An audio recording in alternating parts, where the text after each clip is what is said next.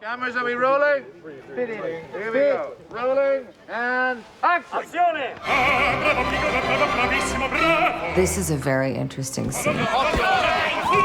When Patrizia meets the Guccis at Aldo's birthday at Lake Como, they walk to the backyard, and the boys are all playing this bizarre Florentine game that involves them beating each other to a pulp. Kick his teeth out! Come on! She was pretty shocked because she had no idea that a family could be that violent with each other, all in game. Come on, no, you gotta go in. Come on. Patrizia, you see her in that scene, she's just wide-eyed, looking at who are these people I'm getting into bed with. Come on, put it on, take that jacket off. Okay. You know it. Fire! You get watch him play. Whoa, see that? So that was interesting to me, playing someone who is aware of what's toxic about it, but is seduced by someone he falls in love with, and suddenly is now embracing the thing that before he knew was kind of bad for him. So when he leaves, I think, no, I wouldn't be enthusiastic. Oh my God. She realized that nobody has each other's back. Go. The father throws the son in the game, and he gets beat up. Touch your heart! That's it. Oh. Papa! I mean, it's a hell of a family. One moment they're fighting and screaming at each other, and the next moment they're, having an espresso like nothing ever happened. Grazie mille. Grazie mille. Save my back. So it's a snapshot of all the people that are kind of angling for the power within this family and the fracture of their relationship. But I'm starting on a very wide shot. I'm going to come down. Jack is going to stand and actually propose a toast. For me, I'm dying. I'll always think of Lake Como when I think of the cinematography of the movie. Everywhere you pointed the camera, it looked really lush. Darius's photography took even a whole nother level of richness. He set a beautiful stage. Alza. We had this incredible drone shot approaching the birthday party for Aldo. Go over the tree, go up, beautiful. And now start twisting around the table. And then a beautiful shot right down this very long table with Como in the background. And just the way Derek filmed it, it was iconic. It just looked extraordinary. You like shy. Oh, I love it. He's never in his life called me Papa. Lake Como is absolutely spectacular, yeah. So we shot this big birthday party scene, and we shot this beautiful house, which is Al Pacino's place.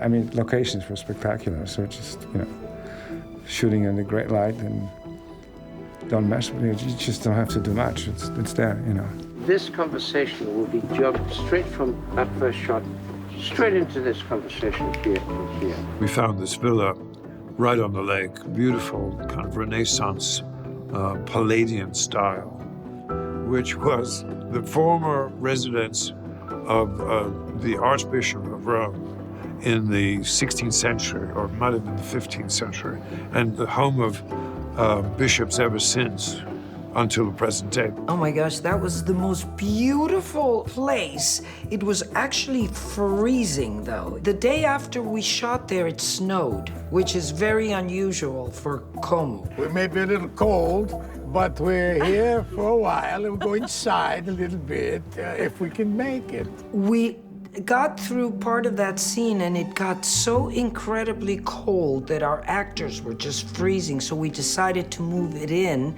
and ended up in that beautiful room with all the frescoes on the wall. So actually, it turned out even better. Just the family will come and sit here and have drinks. Fantastic. And so we're going to make it a living room. Okay. All right first. Yeah, I think I might have something in that corner. I feel so honored and I feel so grateful to have worked with the legendary Ridley Scott on this film. Shooting across the back of Paolo, getting Patricia in profile and Adam standing there, so that might be quite useful. He gives it a kind of energy and drama and humor, and it makes it He's a great filmmaker. The shot for shot and the wide shot. I asked him to look back and be blocking the white. Yep. He couldn't come forward with it, you know. Yeah. He's incredibly prepared. He knows the material. He is an amazing painter, so even though it's 4 cameras, he's not sacrificing any shots. And when you're shooting with 4 cameras, it tends to feel actually like theater in the round. So then you got more chance of a shoot. There's always room to put 4 cameras. You'll be surprised, actually, there is. And in the beginning, maybe you put 3 cameras wide, and then once you shoot those wide shots, medium wide shots that capture the scene, it's very obvious what you need. So you just come in with the cameras and do tighter coverage. This is a conversation in itself. Yes. Just cover this, then cut. My team, they're all brilliant, and they know it. And that's what I like. So when I can walk in the morning and go, yeah, up a bit, down a bit, too curly. Okay, boop, boop, boop, boop, boop. That's the way it works. Your ring is absolutely divine. It was Maurizio's mother's. You must think you're very special. I loved working with Janti Yates. I mean, she is an absolute genius. Regarding Patrizia's fabrics, we stayed mainly haute, as in haute couture. We kept it up in the fabrics because they had all the money in the world. Over here, we have her beautiful, beautiful outfit that she wears to go to Lake Como to Aldo, her uncle's birthday party. Thoughts on Paolo's outfit, Domenico? You're the fashionista. It's eccentric. I designed this myself. The purple corduroy, as we called it, lilac, that was a special one. You know, I always thought that Paolo was someone who celebrated color and took chances in terms of fashion and his style. He was a bit of a dandy. You should reconsider your wardrobe choices, Paolo. You are Gucci. You need to dress the part. A bit chic. I had a bloody nose, so I had some Kleenex up my nose. I had this great suit on, and, you know, it was just a blast. You don't understand the thing about trans father. It's chic. The physical transformation in Paolo was incredible. Jared wanted to be hidden completely, that you shouldn't see that it's him. I just wanted to be as believable as possible. That was really important to me, that not that it needs to look like Paolo. It's more like it has to look believable. Because it doesn't matter, people don't know what Paolo looks like. They're not gonna compare necessarily, but they're gonna feel if it doesn't look like a real person. I happen to be bursting with creativity. In Italy, some guy came up to me. He said, "Hey, Papa. Hey, Papa." Scusami. I said, "Oh, hi." He's calling me Papa. I thought, who is this person? You know, we're in Italy. He was a strange-looking person. I'm so sick of you ignoring me. He didn't know who I was, which was great. When it hit him, and this is a testament to the makeup artists, it was such a beautiful moment of surprise and delight in his eyes. From the birthday, we'll jump straight into the rally. I just noticed it again. Are you going to take it out during an exam, put it back? I love to make you smile. We, as the cast, were all different instruments in an orchestra. Because we're all so different as actors, this movie is him conducting a symphony. Here we go. Ready, cameras? And my life. Rolling. Not one actor, I think, had a similar process. Everybody was different. But the only thing I think that we all had in common is even though we had different ways of getting there, when we were actually playing the scenes, everybody was present. And people were willing to throw away their homework in a sense and play moment to moment, all those things that make a scene work. We have history flowing through these green and red webbings. And yes, they are expensive.